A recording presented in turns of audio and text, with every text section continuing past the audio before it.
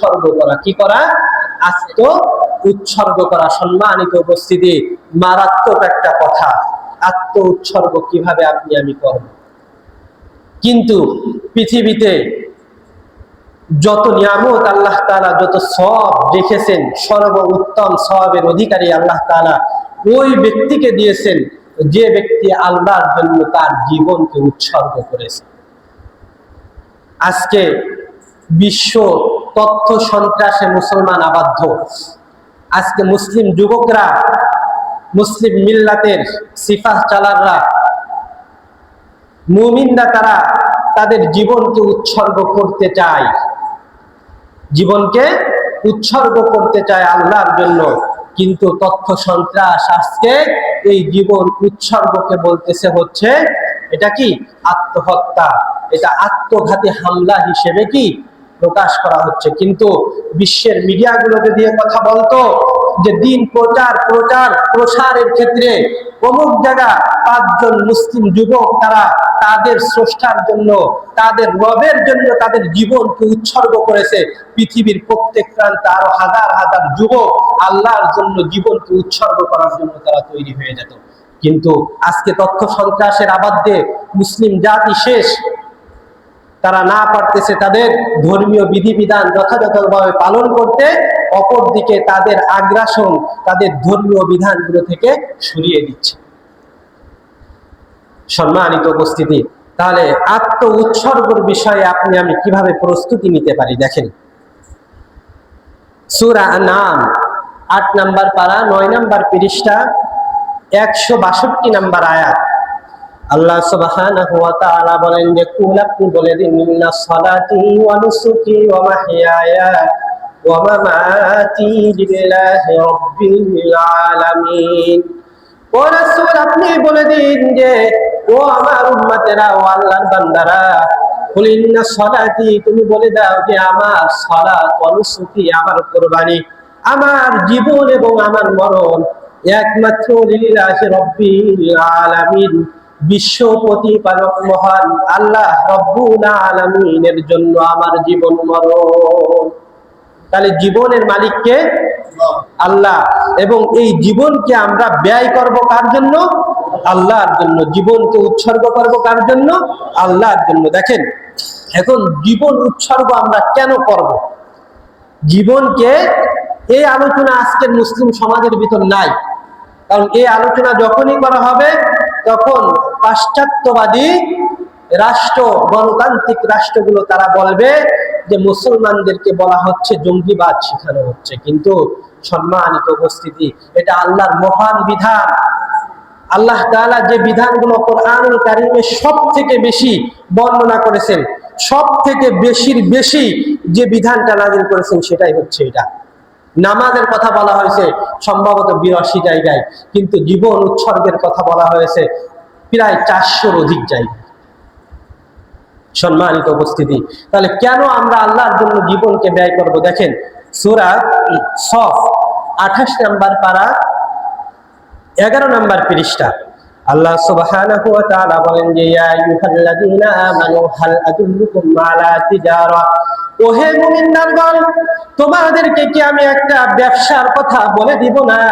এমন একটা ব্যবসা, যে ব্যবসায় যদি তোমরা তোমাদের নিজেদেরকে আবদ্ধ করো, তুনজিকুম মিন আযাবিল আলীম, তাহলে তোমরা কিয়ামতের কঠিন মুসিবতের ময়দানে তোমাদের যে আযাব আছে, যত যন্ত্রণাদায়ক আযাব আছে, এই আযাব থেকে তোমরা পরিত্রাণ পেয়ে যাবা। আল্লাহ তাআলা প্রশ্নবোধক শব্দ ব্যবহার করেছে, হাল আদুল্লুকুম, আমি কি তোমাদেরকে বলে দেব? প্রশ্নবোধক শব্দ ব্যবহার করেছে। হাল আদুল্লুকুম, আমি কি তোমাদেরকে এমন একটা বিষয় বলে দেব যে বিষয়টার সাথে তোমরা যদি ব্যবসায়িক কার্যক্রম পরিচালনা করতে পারো, আমার সাথে যদি তোমরা ব্যবসা করতে পারো, তাহলে এই ব্যবসার বিনিময়ে আমি তোমাদেরকে কিয়ামতের আযাব থেকে আমি রক্ষা করব। দেখেন, আল্লাহ সুবহানাহু ওয়া তাআলা এর পরের আয়াতে তিনি বলেন যে সেই ব্যবসাটা হচ্ছে তুমিনুনা বিল্লাহ ওয়া রাসূলিহি ওয়া তুজাহিদুনা ফি সাবিলিল্লাহ। ব্যবসার সর্বপ্রথম যে ধাপ সেটা হচ্ছে তোমরা আল্লাহর উপর ঈমান আনো এবং তার রাসূলের উপর ঈমান আনো। তুমিনুনা বিল্লাহি ওয়া রাসূলিহি ওয়া তুজাহিদুনা ফি সাবিলিল্লাহ, তোমরা আল্লাহর রাস্তায় দ্বীন প্রতিষ্ঠার জন্য, আল্লাহর সন্তুষ্টির জন্য তোমরা সংগ্রামে লিপ্ত হও, জিহাদ করো। যদি বলেন যে কি দিয়ে আমরা জিহাদ করব, আল্লাহ সুবহানাহু ওয়া তাআলা এর পরের শব্দগুলো তিনি বলে দিলেন যে বিআমওয়ালিকুম ওয়া আনফুসিকুম যালিকুম খায়রুল লাকুম ইন কুনতুম তা'লামুন। তোমরা আল্লাহর রাস্তায় জিহাদ করো, তোমরা আল্লাহর রাস্তায় তোমাদের জীবনকে উৎসর্গ করে দাও, আল্লাহর সন্তুষ্টির জন্য তোমরা তোমাদের জীবনকে উৎসর্গ করে দাও। এবং তার মাধ্যম হচ্ছে বিআমওয়ালিকুম ওয়া আনফুসিকুম, তোমাদের জীবন এবং তোমাদের মাল দ্বারা তোমরা আল্লাহর সাথে এই ব্যবসায় লিপ্ত হয়ে যাও। যালিকুম খায়রুল লাকুম ইন কুনতুম তা'লামুন।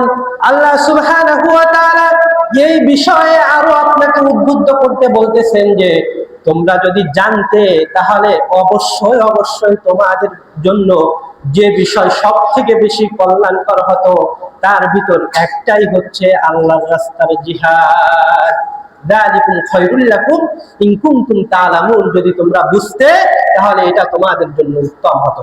সম্মানিত উপস্থিতি, এরপরে দেখেন মানুষ যে আল্লাহর জন্য তার জীবনকে উৎসর্গ করে এ ব্যাপারে আল্লাহ সুবহানাহু ওয়া তাআলা কি বলেন দেখেন, সূরা বাকারা 207 নম্বর আয়াত।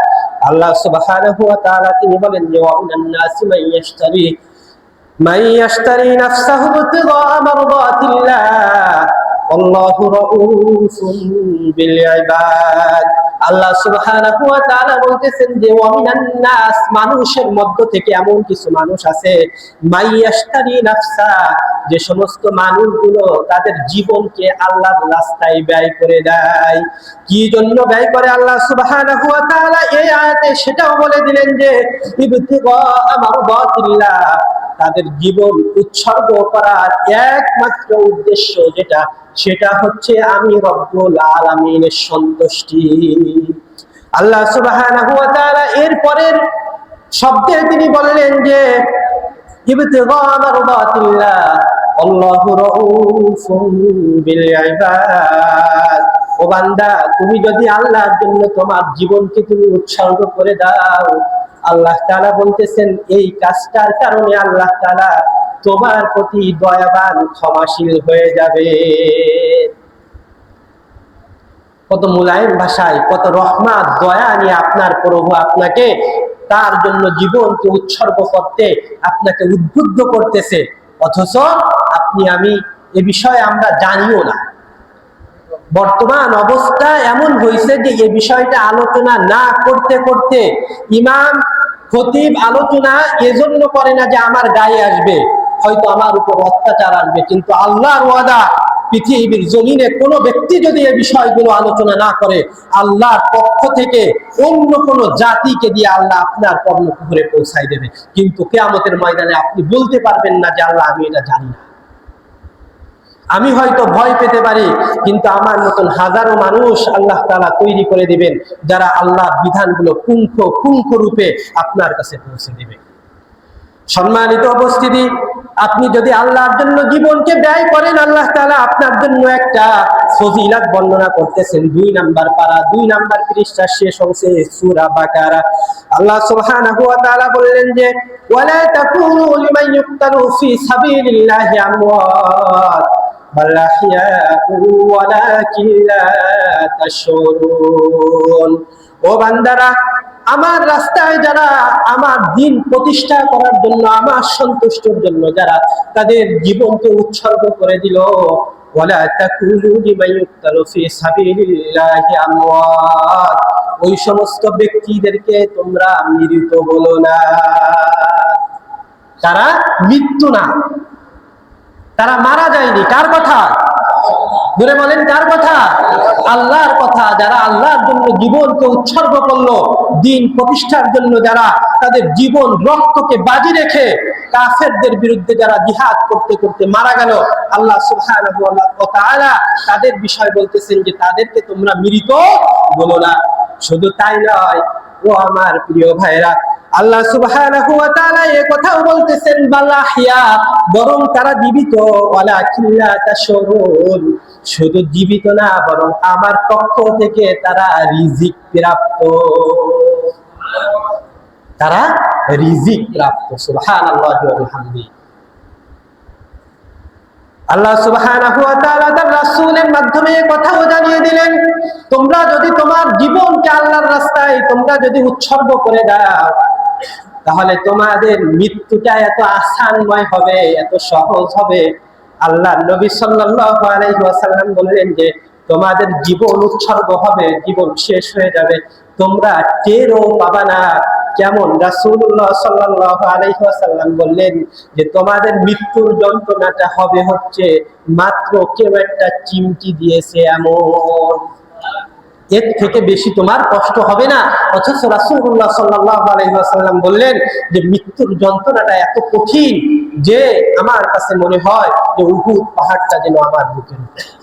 অথচ আল্লাহ তাআলা শহীদদের বিষয়ে বললেন, আত্ম উৎসর্গকারী ওই সমস্ত মুসলমান মুমিনদের ব্যাপারে তিনি ঘোষণা দিয়ে দিলেন যে তারা রিজিক প্রাপ্ত, তারা মৃত্যু না, তারা বরং আল্লাহর পক্ষ থেকে ঠাঁই দেয়।